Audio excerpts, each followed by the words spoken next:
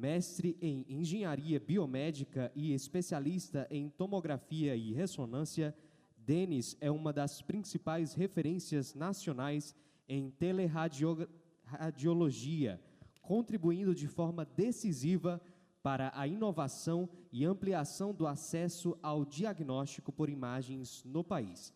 Com vocês, Denis Frazão. Bom dia a todos. Primeiramente, obrigado pela oportunidade de estar aqui contribuindo com vocês. Falamos sobre problemas, e faço a fala aqui do Dr. Newton. Qual é a solução, né? A gente tem aí uma série de problemas e eu vou buscar trazer para vocês um pouco da minha experiência voltada para o diagnóstico por imagem. E sabemos que esse é um dos grandes desafios de muitos hospitais, muitos serviços. A teleradiologia, que eu vou falar para vocês, a grande maioria já conhece. A grande maioria dos hospitais já trabalham com teleradiologia. Hospitais esses, muitas vezes, descentralizados, são beneficiados com essa tecnologia. Os grandes centros, a gente sabe que existe a concentração dos profissionais, dos especialistas, e isso se torna bem mais fácil, né? Você ter ali um bom radiologista, um bom colega de trabalho para você discutir, né? Então, isso acaba sendo vantajoso. Só que nós estamos num país praticamente continental, né?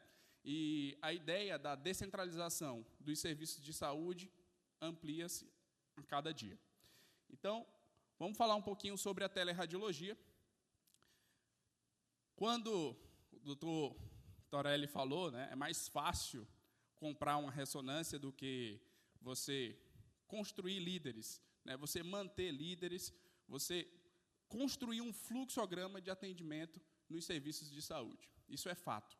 Hoje, você vê cada dia mais equipamentos altamente tecnológicos sendo instalados em cidades, né, fora das capitais, nos interiores, né? E pego aqui o gancho da primeira palestra. O próprio Piauí, né, está desenvolvendo aí o programa Saúde Digital, onde estão sendo desenvolvidos 16, né, centros de diagnóstico. E imagina só, serão 16 equipamentos de tomografia fora da capital. E aí entra todo um processo. Quem é que vai laudar esses exames, né? Será que o médico radiologista ele vai ficar lá em Picos, ele vai lá para Floriano, para Parnaíba, ou ele vai ficar em Teresina, né? Como é que eu faço para contratar esses médicos? Eu vou fazer um novo concurso, eu vou terceirizar, eu vou fazer o quê, né? Então, existe uma série de perguntas, e quando se fala no laudo, é bem mais fácil de se resolver. Porque, quando se fala em teleradiologia, todo mundo só pensa no laudo. Fiz uma radiografia, manda para o sistema, é digital, facilmente é laudado o exame. Agora, existem exames que são operadores dependentes, como, por exemplo, a ultrassonografia. E aí? Quem é o ultrassonografista que vai estar nessa cidade para fazer a ultrassonografia do paciente no leito, na urgência? Então, aí já é uma outra situação.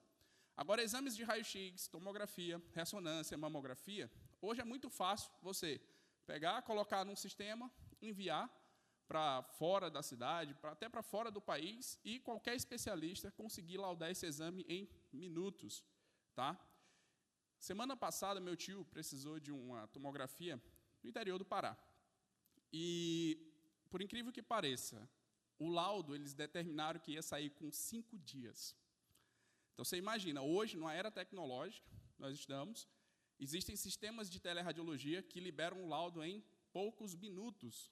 E por qual motivo o exame dele seria liberado com 5 dias? Era uma angiotomografia de membros inferiores, suspeita de trombose. Aí você imagina a situação.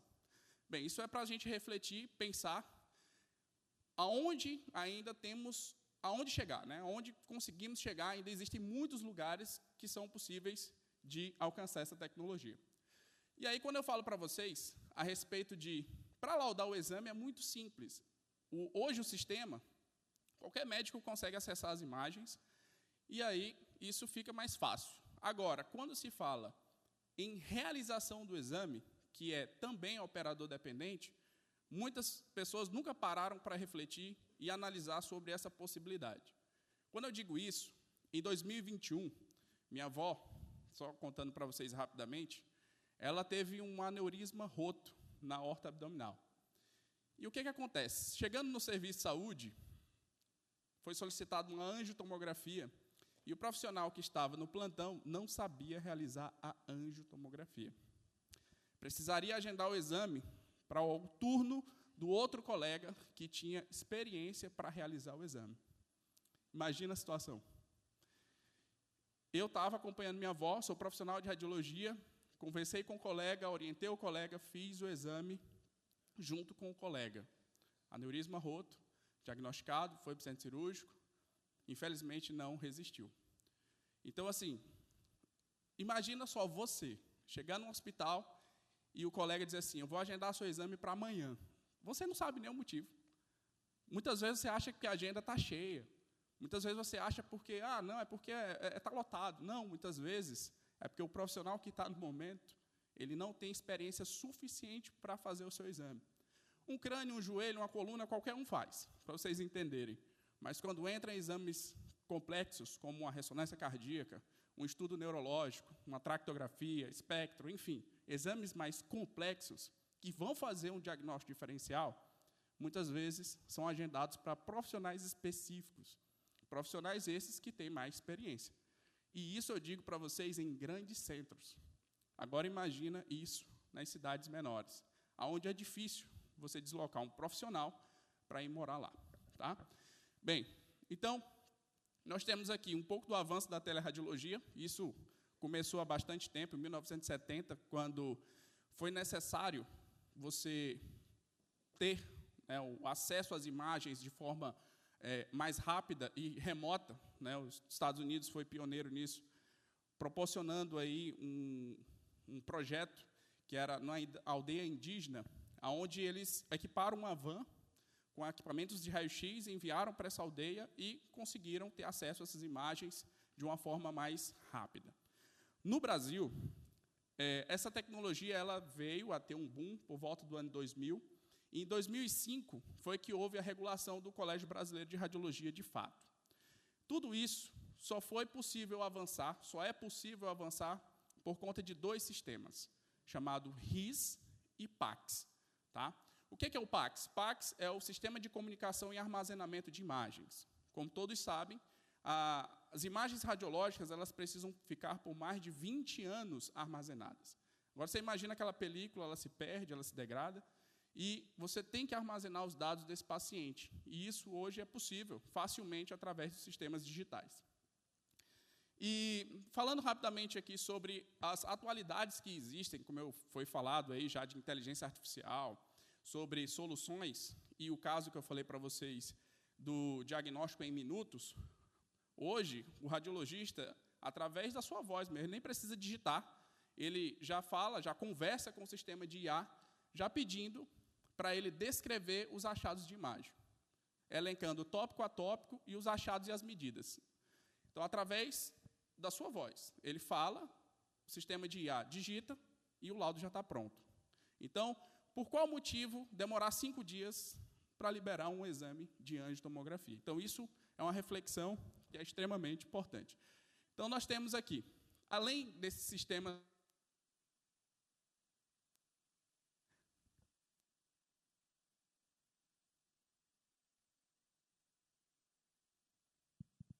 buraco aqui é mais frouxo.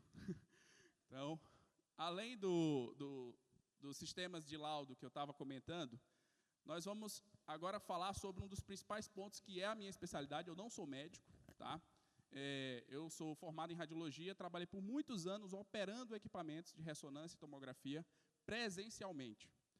E aí veio pandemia, veio o mundo aí, virou de cabeça para baixo, e através de tecnologia, hoje nós conseguimos realizar exames de tomografia e ressonância à distância. Talvez alguns de vocês já conheçam isso, só que eu estou aqui com o objetivo de trazer para vocês essa grande inovação que começou no Brasil. Isso começou há praticamente há 10 anos, tá? Em um grande grupo em São Paulo, no qual eles tinham esse problema interno, que era exames das suas regiões mais remotas eram agendados para profissionais específicos. E, muitas vezes, acabava com o que acontece? Superlotando a agenda, não atendia o paciente em tempo ágil. Eles pensaram, e por que não ter uma central de operação à distância para apoiar a equipe que está na região remota? Então, isso foi desenvolvido em conjunto com as multinacionais, né, GE, Siemens, Philips, e eles, juntamente com as empresas de tecnologia, conseguiram alcançar esse objetivo. Nos últimos 5 anos, eu entrei nesse mundo, a gente entrou, né, aqui no Piauí, e nós começamos aos poucos, e hoje nós atendemos 6 estados, para vocês entenderem. Então, é uma empresa piauiense que não inventou a roda, mas que está com o objetivo, assim como a teleradiologia para os médicos, com o objetivo de laudar os exames, nós entramos com o objetivo de realizar os exames. Tá? Então, o que acontece? Como eu falei para vocês, para você ter um profissional de radiologia em uma cidade do interior, existem vários fatores. Primeiro, nós temos aqui a experiência técnica, você não vai contratar qualquer um, né? A gente sabe que a grande maioria quer morar nos grandes centros. Nós temos a escassez de mão de obra e a limitação de carga horária. Para cada profissional em radiologia, ela é de 24 horas semanais. Não pode se exceder por motivo da lei. Por qual motivo? Radiação ionizante, né? Então, se ele está ali, se você quer que um hospital funcione 24 horas com uma tomografia, você precisa de, no mínimo, 7 técnicos, tá? No mínimo. E aí nós temos a remuneração por meio da CLT. Né? Nós temos a grande maioria dos hospitais contratam por meio da CLT. Então, o que é a operação remota? Nada mais é do que, eu acredito que todo mundo aqui já viu, já utilizou o TeamViewer, né? O AnyDesk, né? Essas tecnologias para acessar um computador remotamente. E aí você para e se pergunta, tá, então é utilizada essa tecnologia para fazer exames? Não, não é. Tá? Inclusive, eu vou mostrar para vocês exatamente a regulamentação, né, o que exige de segurança do paciente porque o exame é feito em tempo real, existem exames dinâmicos, e você não pode perder o tempo, né, por exemplo, de um exame contrastado. Você injeta contraste, perdeu o tempo, perdeu o diagnóstico. Né, então, isso tudo é feito de forma remota. Tá? Então, essa tecnologia, para vocês entenderem, elas nos possibilitam, nós profissionais, operadores, realizar exames através de uma central, aonde você imagina vários técnicos juntos dentro de uma central, realizando exames de diferentes lugares, e se eu tenho dúvidas, eu chego aqui, Lucas, eu nunca fiz esse exame. Rafael, você pode me ajudar aqui a realizar esse exame? O Rafael, claro, eu só transfiro minha máquina para o Rafael vai lá e executa, e o meu paciente não deixa de ser atendido. Então, é algo que, assim, você entrega para o seu paciente o que a gente chama de humanização. Porque, às vezes, o pessoal acha, a humanização é a clínica atender muito bem, o hospital, está tudo bonito. Humanização é você entregar o melhor diagnóstico, receber o paciente, atender ele bem, como foi falado aqui pelo Dr. Torelli. Falou exatamente, nós temos que ter um fluxo que precisa ser respeitado. Se o paciente agendou o exame, ele tem que fazer o exame naquele horário agendado. Então, isso acaba com que, se nós temos essa possibilidade de entregar esse fluxo, nós estamos entregando humanização para esse paciente, concorda? Então, esse é um ponto extremamente importante. Dentro desse processo, nós conseguimos tanto operar 24 horas, um hospital, ou dar o suporte a qualquer horário que o hospital precise. Então, eu tenho uma agenda de técnicos presenciais que é amanhã e tarde. Eu quero estender o horário de atendimento à noite, mas eu não quero contratar ninguém ou eu não estou encontrando ninguém. O que eu faço? Sistema remoto de operação. Você consegue estender ali 4 horas a mais, 5 horas a mais, e você atende seu paciente. Tá? Nosso primeiro cliente, por incrível que pareça, não foi no Piauí. Nosso primeiro cliente, ele surgiu no Rio Grande do Sul, onde nós quebramos um recorde, que é a operação remota mais distante que existe no mundo, tá? Onde a central fica no Piauí e o cliente fica a 3.500 quilômetros daqui. Onde nós operamos remotamente 24 horas por dia, onde nós atendemos um hospital de urgência, o Grupo Unimed, tá? Onde eles buscavam, no início, 5 técnicos para serem contratados. Eles queriam 5 pessoas para trabalhar lá. Só que é a cidade de Carazinho, fica distante de Porto Alegre, né, fica distante de grandes centros, não tinha profissional pronto que queria morar lá para sair da sua cidade para ir para a região de Carazinho. Nos procuraram e nós entregamos essa solução para eles. Aí você imagina, 3.500 quilômetros, um exame de angiotomografia, para vocês terem ideia, se eu perder 2 segundos, eu perco o exame. A internet que a gente utiliza, que talvez seja a dúvida, né, de muitos, como é que eu faço para acessar isso? Existe todo um estudo de rota, não é uma internet comum, né? Existe rota pré-definida para isso, com redundância. Nós temos 3 links de internet, e esses 3 links trabalham simultaneamente, oscilou um, o outro entra. Então, até alcançar esse objetivo, para alcançar essa distância, foi uma curva de aprendizado. E aí, quando opera-se uma máquina dentro de Teresina, é como se estivesse dentro do hospital. É real time, o mouse, você acompanha o mouse praticamente em tempo real. Tá? Então, assim, não é qualquer tecnologia que nós utilizamos. Não é um TeamViewer, um AnyDesk. Existe um sistema chamado KVM, tá? Que é o que nos entrega teclado, mouse e monitor, e link direto com o nosso servidor, onde nós temos latência de até 50 milissegundos. Então, você imagina, 50 milissegundos é muita coisa? Não, não é muita coisa. Mas 50 milissegundos, você imagina, se subir para 80, o exame já fica ruim, para operar já fica ruim. Então, 30 milissegundos, nós já perdemos um pouco aí da questão da operação. Em relação às diretrizes e normas de segurança, o Colégio Brasileiro de Radiologia, recente agora, março de 2025, eles estabeleceram as normas de segurança que precisam ser determinadas pelos centros de operação, no caso, os command centers, né, que a gente chama. Então, nós hoje obedecemos todos esses requisitos com o objetivo da segurança do paciente. Imagina só, caiu energia na central de comando, e agora, como é que opera lá no hospital? Tem que ter gerador e baterias. Quantos links de internet? Qual a latência? Qual é o sinal sonoro ou visual que eu tenho de quando cai a internet? Tudo isso nós temos que ter. E a tecnologia ela funciona através de um software e hardware, né? Esse hardware são computadores, tá, próprios, que aí tem o KVM, né, que vai ter o espelhamento do equipamento, e nós vamos ter exatamente um robô que foi desenvolvido para proporcionar ações mecânicas de mover a mesa e disparar o início da aquisição.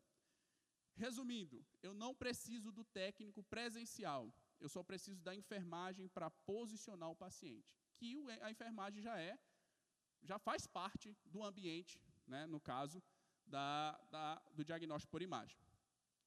E aí nós conseguimos, através desse sistema, monitorar tudo. O tempo em que o paciente está em sala, o tempo de troca de paciente, quantos exames são realizados, qual o tempo de cada protocolo que está sendo realizado. E, como eu falei, a enfermagem ela tem uma participação extremamente ativa, que é no preparo desses pacientes e também na comunicação e humanização. Porque quando ele chega no hospital, a enfermagem vai acolher, vai trazer para ele todo o conforto. Aí você diz, mas o exame está sendo feito por um computador remotamente. Não, você tem agente humano lá, a enfermagem recebendo o paciente, tratando ele como ele merece. Bem, esse artigo, para depois quem quiser dar uma lida, o Reino Unido começou a copiar o Brasil e os Estados Unidos, tá? Então essa tecnologia já chegou lá, e eles já estão desenvolvendo vários trabalhos e benefícios com relação a essa tecnologia. Só para finalizar, eu trago esse relato de caso, foi um exame recente que eu realizei, aonde foi um domingo à tarde. Estava em casa, um colega radiologista de um serviço que a gente atende me ligou, Denis, eu quero fazer um exame de urgência de um amigo. Domingo. Vamos lá. Acessamos, realizamos o exame dele. Para quem ainda não entende sobre imagens, aqui nada mais é do que um glioblastoma. A suspeita dele era de que tinha uma alteração na tomografia, mas estava em dúvida se era um abscesso, se era alguma coisa. Nada mais do que um glioblastoma. E o que tem a ver com isso? Esse exame, com todas essas séries bonitas e coloridas que vocês observam aqui, isso aqui é um exame de alta complexidade.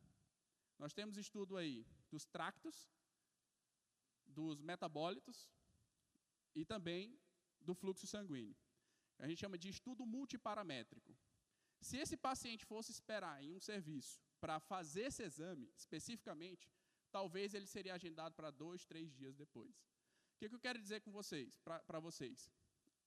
Nós, hoje, temos nos centros de diagnóstico muitas atividades a serem desenvolvidas e o técnico que está ali presente, muitas vezes ele é dividido entre estar no raio-x, centro cirúrgico e tomografia. Dando um exemplo. Só que muitas vezes o paciente chega lá, suspeita de AVC, e o técnico está onde? Lá no raio-x, fazendo um politraumatizado ou atendendo no centro cirúrgico, e o paciente do AVC está esperando para fazer a tomografia. O telecomando ele entra exatamente aí, no apoio. Ele não necessariamente precisa substituir o técnico, mas ele dá autonomia para o hospital, para ele deslocar o técnico presencial para outras atividades, enquanto o telecomando consegue apoiar isso. Tá? Bem, aqui considerações finais em relação à minha apresentação. Obrigado a todos pela atenção.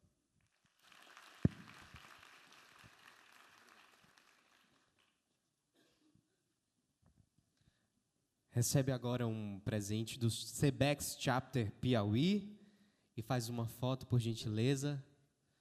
Nós agradecemos ao Denis Frazão pela excelente palestra.